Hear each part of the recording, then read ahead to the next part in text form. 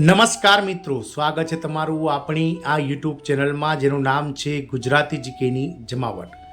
તો હાલમાં સંસદના બંને સદનો એટલે કે લોકસભા અને રાજ્યસભા બંનેમાં ચોમાસું સત્ર ચાલી રહ્યું છે। આ ચોમાસા સત્ર દરમિયાન આપ સૌ જાણો છો તે પ્રમાણે લોકસભામાં ઓપરેશન સિંદૂરને લઈ અને વિપક્ષના હોબાળા વચ્ચે કામગીરી જ્યારે સ્થગિત થઈ રહી છે ત્યારે સરકારી કર્મચારીઓ માટે રાજ્યસભામાંથી આનંદના સમાચાર પ્રાપ્ત થયા છે। સરકાર દ્વારા રાજ્યસભામાં જે છે તે મિત્રો સરકારી કર્મચારીઓ માટે ખાસ રજાઓને લઈ અને અતિ મહત્વની જાહેરાત કરવામાં આવી છે। તો રાજ્ય સરકાર દ્વારા એટલે કે કેન્દ્ર સરકાર દ્વારા કેન્દ્ર સરકારના અલગ અલગ વિભાગો, બોર્ડ, નિગમ, કોર્પોરેશનો, સ્વાયત્ત સંસ્થાઓ, સંલગ્ન યુનિવર્સિટીઓ અને રાજ્ય સરકાર હેઠળની જે સંસ્થાઓ છે તેમાં કેન્દ્ર સરકાર હેઠળની જે સંસ્થાઓ છે તેમાં કામ કરતા લગભગ 48 લાખ કરતાં વધારે કર્મચારીઓ માટે જે છે તે મિત્રો ખાસ રજાઓની જાહેરાત કરતા રાજ્યસભામાં જાહેરાત કરવામાં આવી છે। જાણીએ વિડીયોમાં વિગતવાર કે રાજ્ય સરકાર દ્વારા કેન્દ્ર સરકાર દ્વારા કેટલી રજાઓની જાહેરાત રાજ્યસભામાંથી કરવામાં આવી છે તેને લઈને વિડીયોમાં વિગતવાર ચર્ચા કરીશું।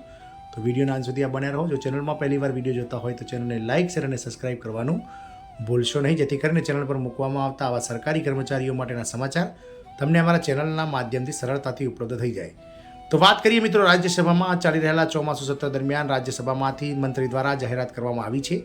સરકારી કર્મચારીઓ કે જેઓ કેન્દ્ર સરકારના અલગ અલગ વિભાગો, બોર્ડ, નિગમ, કોર્પોરેશન, સ્વાયત્ત સંસ્થાઓ, સંલગ્ન યુનિવર્સિટી વગેરેમાં કામ કરે છે અને જેઓનું સંખ્યાબળ 48 લાખ કરતાં વધારે છે તેમના માટે સરકારી કર્મચારીઓ માટે સંપૂર્ણ 102 દિવસની ખાસ રજાઓની જાહેરાત કરવામાં આવી છે। રાજ્યસભામાંથી કોણે આવી જાહેરાત કરી તેની વાત કરીએ આગળ।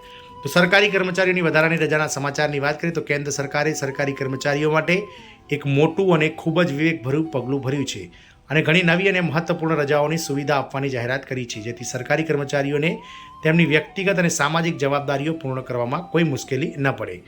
આ નવી રજાઓ વિશે સંપૂર્ણ માહિતી રાજ્યસભામાં કેન્દ્રીય કર્મચારી અને રાજ્યમંત્રી પેન્શન મંત્રી ડૉક્ટર જીતેન્દ્રસિંહ દ્વારા આપવામાં આવી હતી અને તેમાં ઘણી ખાસ રજાઓનો સમાવેશ થાય છે। કર્મચારીઓ તેમની જરૂરિયાત મુજબ આ રજાઓનો ઉપયોગ કરી શકે છે અને રજાઓ નિર્ધારિત રજાઓથી સંપૂર્ણપણે અલગ હશે અને સરકારી કર્મચારીઓ કોઈપણ સમયે આ રજાઓનો લાભ મેળવી શકે છે।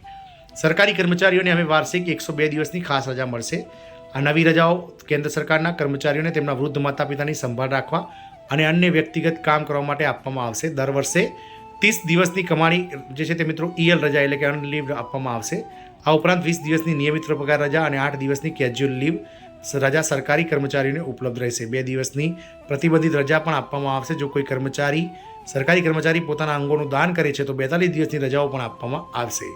રાજ્યસભામાં આપવામાં આવેલી રજાઓ વિશે માહિતીની વાત કરીએ તો રાજ્યસભામાં પૂછાયેલા એક પ્રશ્નના જવાબમાં કેન્દ્રના મિત્રો પેન્શનર્સ અને કેન્દ્રીય જે કર્મચારી વિભાગના મંત્રી છે ડૉક્ટર જીતેન્દ્રસિંહ તેમણે માહિતી શેર કરી છે કે સેન્ટ્રલ સિવિલ સર્વિસીસ રૂલ્સ 1972 હેઠળ બધા કર્મચારીઓની માતા પિતાની સંભાળ રાખવા અથવા અન્ય કોઈપણ કામ માટે 30 દિવસની રજાની જે છે તે મિત્રો ભરપાઈ આપવામાં આવશે, જે ભરીને આપવામાં આવશે એટલે કે અનલીવ આપવામાં આવશે અને કર્મચારીઓને અડધા પગારની રજા, કેઝ્યુઅલ લીવ અને પ્રતિબંધિત રજા જેવી ઘણી રજાઓ પણ આપવામાં આવશે। સરકારી કર્મચારીઓના હિતમાં સરકારે આ પગલું ભર્યું છે। કર્મચારીઓને અંગદાન માટે ખાસ 42 દિવસની ખાસ રજા મળશે। સરકારે અંગદાનને પ્રોત્સાહન આપવા માટે એક મહત્વપૂર્ણ પગલું ભર્યું છે, જેના કારણે જો કોઈ સરકારી કર્મચારી અંગદાન કરે છે તો 42 દિવસની ખાસ રજા લઈ શકાય છે।